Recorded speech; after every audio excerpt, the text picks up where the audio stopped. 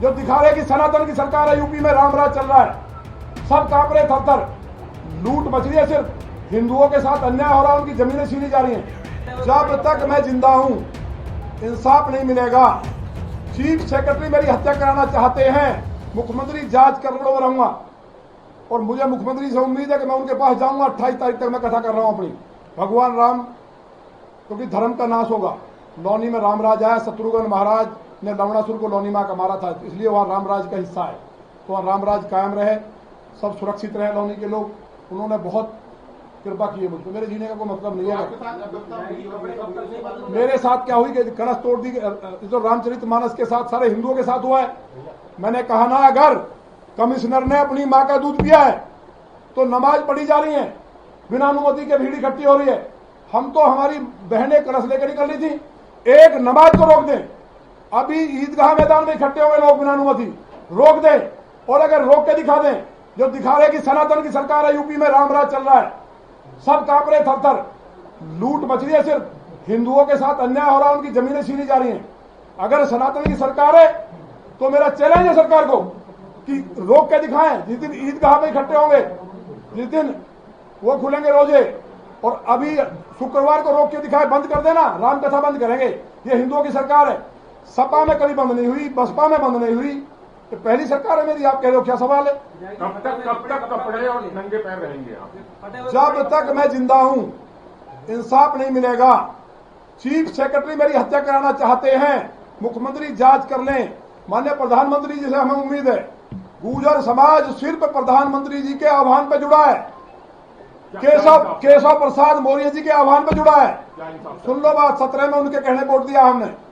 गुर्जर भाजपा को वोट नहीं कर रहा था, बहन मायावती को करता था या दूसरी पार्टी को करता था। सब गुर्जरों के बीच में हम गए कि राष्ट्र के लिए लड़ने वाली कौम है हम। आपको इंसाफ कैसे मिलेगा, क्या चाहते हैं? अब इंसाफ मिलेगा, ठीक है, नहीं प्राण त्याग देंगे। क्या कुछ नहीं, हम मुख्यमंत्री जी से चाहते हैं कि चीफ सेक्रेटरी को जेल भेजें, और जिन्होंने मेरी हत्या की साजिश की है। कमिश्नर तो केवल लूट का एक अड्डा है, उसे तो केवल शराब चाहिए बोतल एक शाम को। और जो कुकर्म कर रहे हैं, जो लूट हो रही है, आप सब जानते, छुपा नहीं है।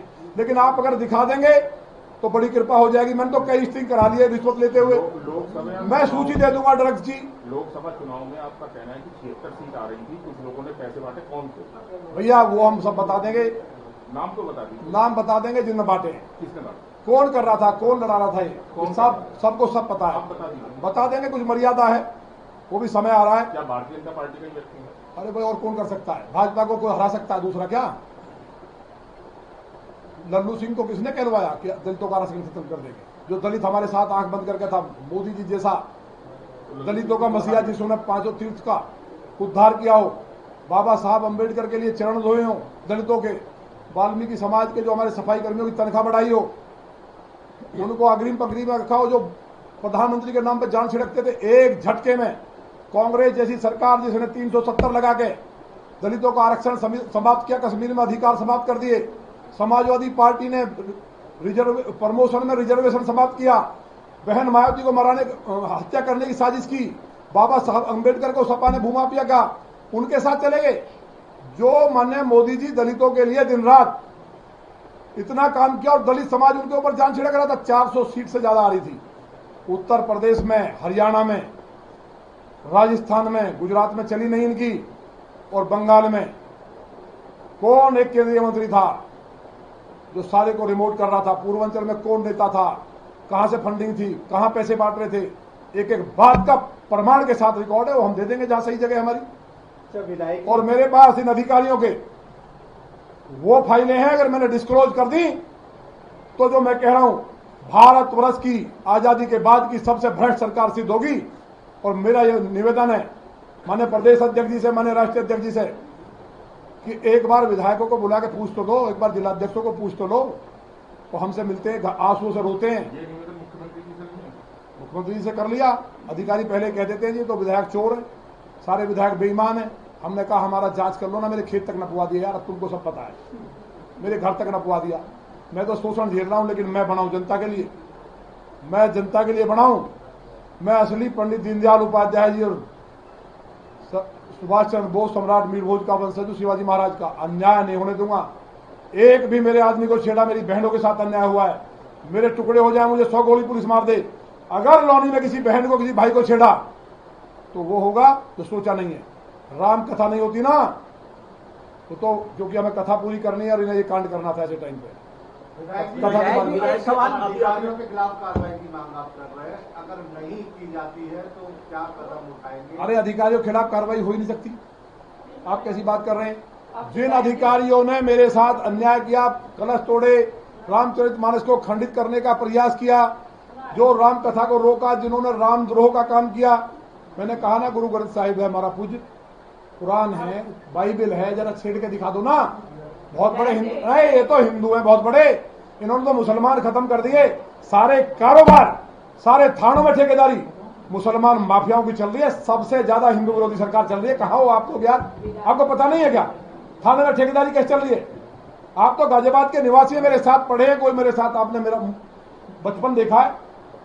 विधायक जी, आपने बोला कि आपके ऊपर चोर जैसे शब्दों का इल्जाम करा दिया, आपकी खेत की पैमाइश करवा दी, आपने भ्रष्टाचार के आरोप लगाए। अभी आप कह रहे हो कि सिद्ध करना, आपके पास एक भ्रष्टाचारों की फाइल है, तो उस फाइल में किसके नाम है? भाजपा के हैं अधिकारियों नाम? अधिकारियों के। और इतनी बड़ी फाइल है और एक बहुत ईमानदार व्यक्ति की फाइल है जो दुनिया की नजर में ईमानदार है। अगर वो फाइल खोल दी तो मुंह दिखाने के लिए जगह नहीं मिलेगी। नाम क्या उन व्यक्ति का? सब नाम सामने आ जाएंगे, चिंता मत करो। 2027 में इस तरीके से बीजेपी द्वारा आ सकती है। अब देखिए, बीजेपी नहीं आई तो हमारी बेटियां नहीं बचेंगी, इसलिए बीजेपी का आना जरूरी है। मुझे उम्मीद है माननीय मोदी जी इस बात पर ध्यान देंगे, माननीय राष्ट्रीय अध्यक्ष जी ध्यान देंगे, प्रदेश अध्यक्ष जी हाथ जोड़ के निवेदन है। और मुख्यमंत्री जी के ऊपर जो तंत्र कराया गया है उससे अगर वो मुक्त हो गए तो वो भी ध्यान देंगे निश्चित तौर पर। लेकिन पूरे देश की जनता आपके माध्यम से समझ ले कि योगी जी के ऊपर तंत्र करा दिया, इसलिए गाय कट रही है, भ्रष्टाचार की सीमा पार है, मर्डर, डकैती, अपहरण हो रहे हैं, लूट हो रही है खुलेआम। बताओ, कमिश्नर रात को एक बड़े चैनल के पत्रकार को उठा के डाल देता और केस कुछ नहीं। एक गरीब की गाड़ी लुटती है, वो बाहर खड़ा है, उसी को जेल भेज देते हैं बेचारे को, और अपराधियों से पैसे देके छोड़ देते हैं लिंक रोड थाना।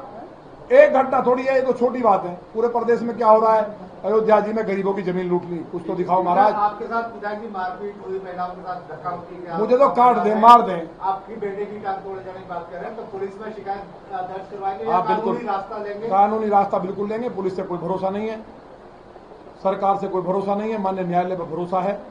जब जब मुझ पर आफत आई है, मुझे न्यायालय ने भरोसा दिया। देश में माननीय प्रधानमंत्री जी, संगठन और मेरा माननीय न्यायालय बचाए, वहाँ मैं जरूर जाऊँगा।